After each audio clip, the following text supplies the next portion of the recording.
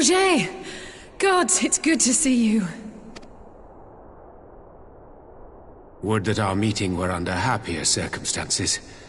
I judged the voice sufficient cause for concern even before you sent word of its effect on our comrade. You heard it too, then?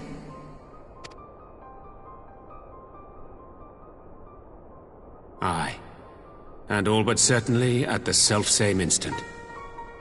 Alas, pained as I was, I could make little sense of what few words did then reach mine ears.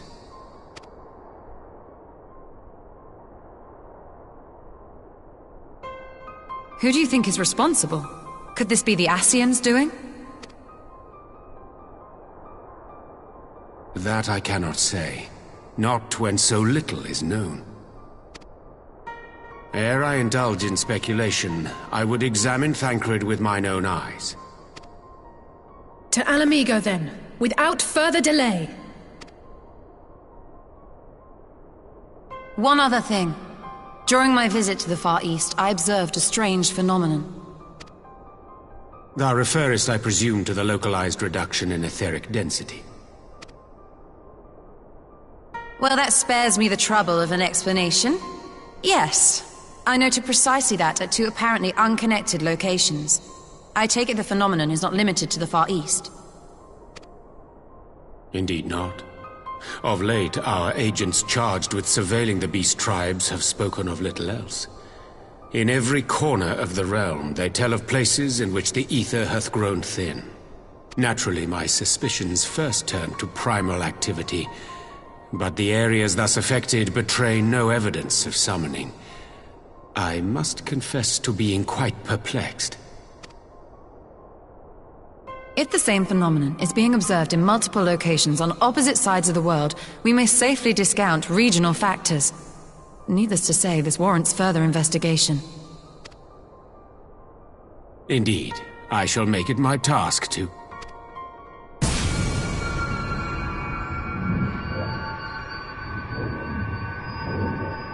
The voice. It calleth to me once more.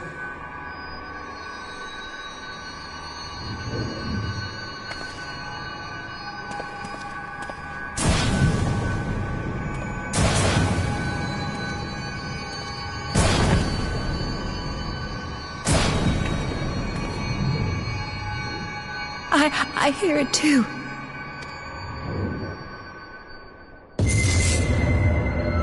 Only you. Only you. No! Ishtola! Marie-Angers! Throw wide the gates.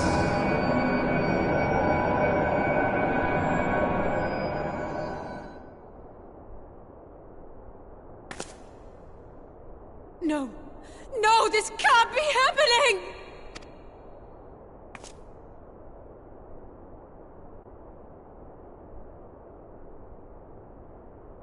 Y'shtola! Marie-Angers! Open your eyes!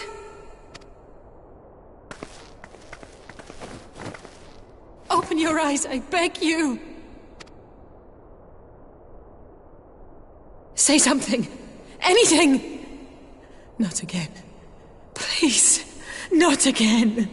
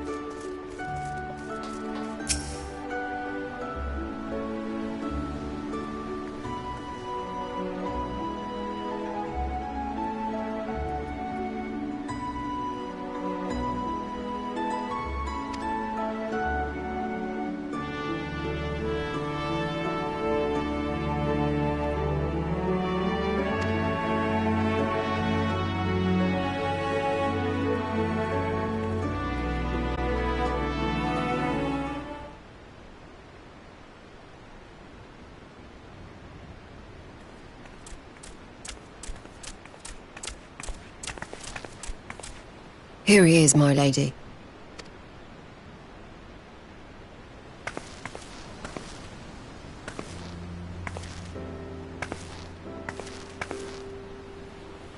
Gabu, it's been too long.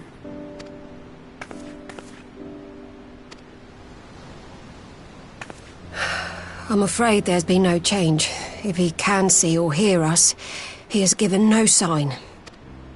I see. You're still fighting. I'm proud of you.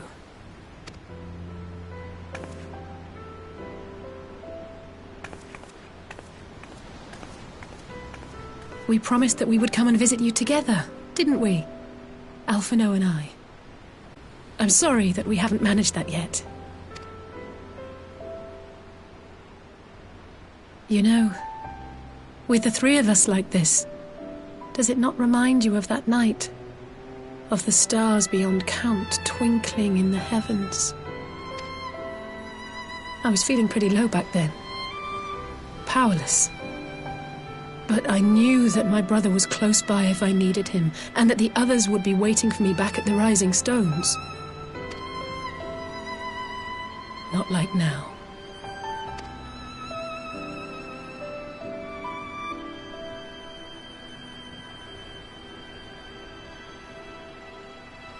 I've seen my share of trouble since coming to Eorzea. Been reminded again and again of my limitations, of how little I can change about this world. And I've come to know the sorrow of parting all too well.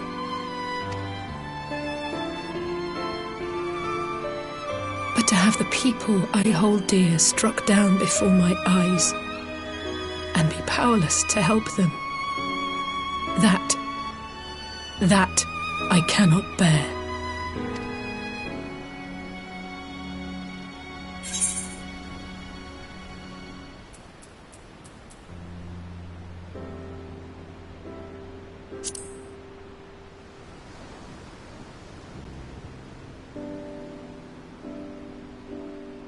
No, I don't, you're right. It's pure arrogance to imagine I can solve everything by myself. You'd think I'd have learned that by now. Thank you. I don't know what I'd do without you.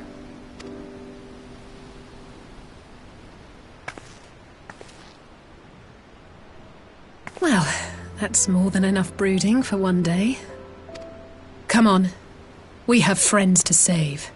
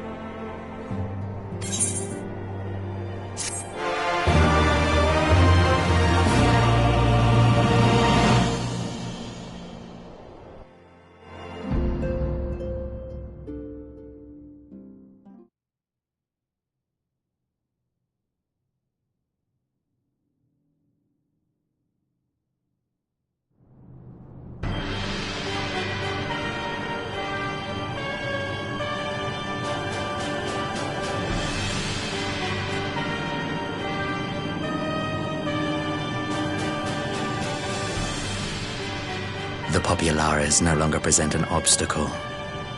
Now is the time to bring the Empire's might to bear.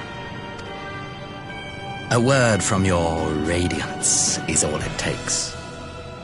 But one word, and the Imperial army will fall upon Alamigo as a pack of bloodthirsty wolves and tear that feeble nation apart.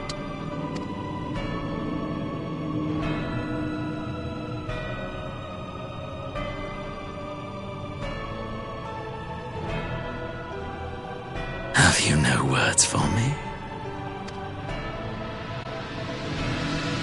Despite the lengths I go to, an emissary playing the part of a fool.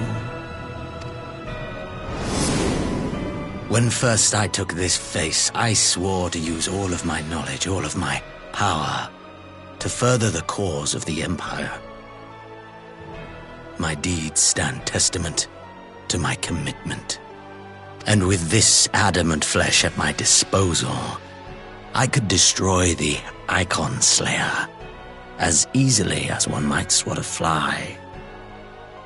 Why do you hesitate?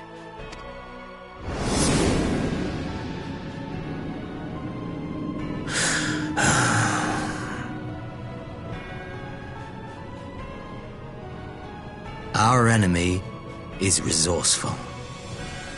Though victory is certain now, it will not remain so indefinitely. Deliberate if you must, but be quick about it. We'll speak again when you have unburdened yourself of doubt. Until then, I take my leave. Father.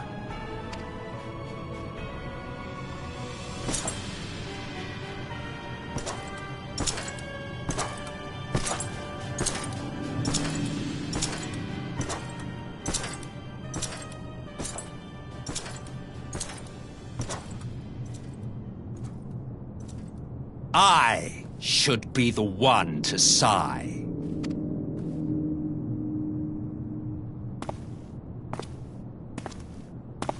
I played my part to perfection.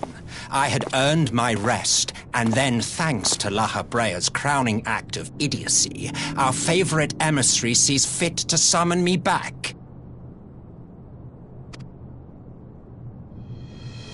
Elidibus was ever a warrior.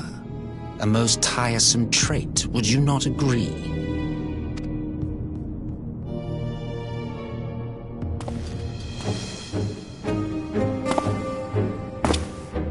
What? Have you no words for me either? No matter. I've long grown weary of this mummery. Now, my dearest grandson, let me remind you of your place in the simplest of terms.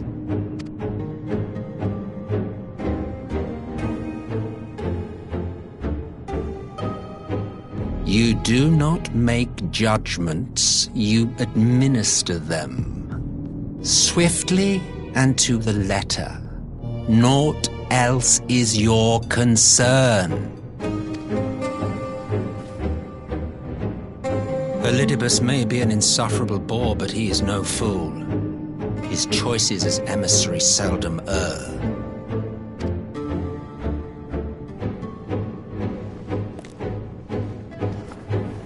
If aught threatens the balance twixt light and dark, it falls to you to remove it. Be it by your own hands or by your armies, you have ample means at your disposal.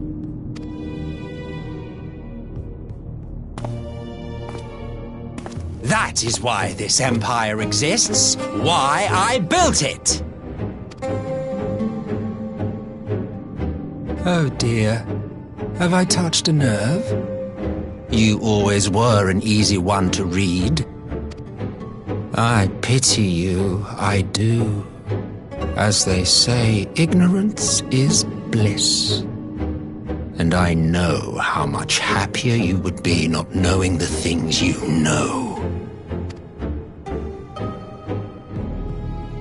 The Founding Father was an Ascian, and he created the Empire solely for the purpose of sowing the seeds of chaos.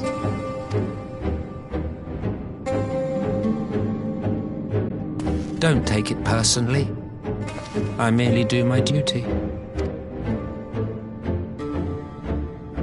To bring about a calamity requires no small amount of power, and there is no surer way to obtain such power than by collecting powerful pawns. To that end, I have labored long and hard, and I must say I am quite pleased with my handiwork, paltry though it seems in comparison to Alag.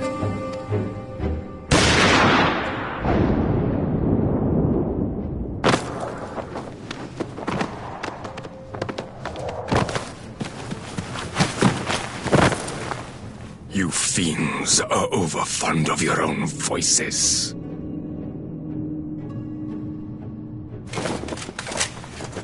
Mark me, Ascian. Man is the master of his own destiny.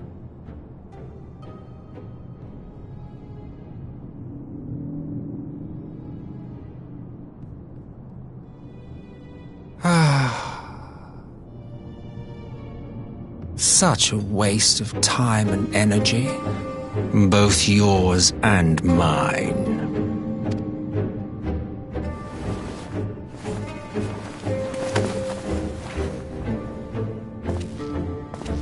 Lest you forget you are Emperor now. If you wish to spout drivel about man's destiny, save it for the masses. It will serve to give them a sense of purpose, and you pliant pieces for the game.